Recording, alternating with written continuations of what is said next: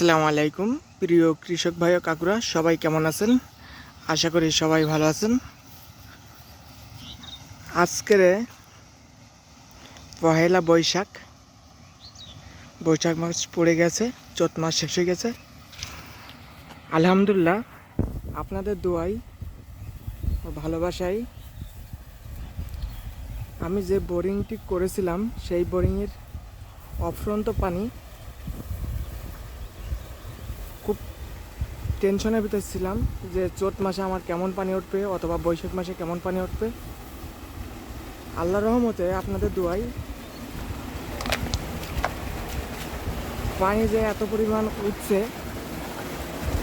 অফুরন্ত পানি, আপনাদের জন্য যে ভিডিওটি আমি হাজির করেছি এই ভিডিওটি রাইট বেলা 1টার সময়। যদি সাবমার্সিবল লাগানো হয় সেক্ষেত্রে অধিক পানি উঠবে, কিন্তু সাবমার্সিবল পাম্পে বিদ্যুৎ খরচটা বেশি, এম্পিয়ার হাই এম্পিয়ার হওয়ার কারণে বিদ্যুৎ খরচটা অনেক বেশি।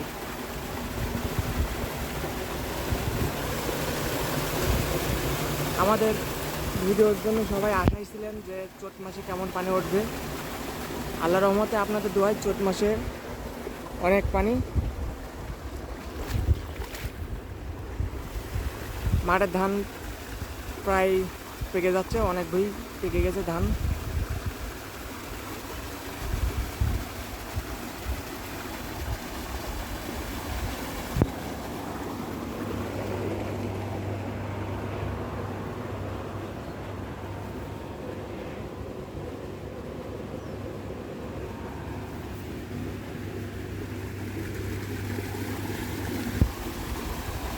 আর যে ভাইয়েরা বোরিং করতে চান,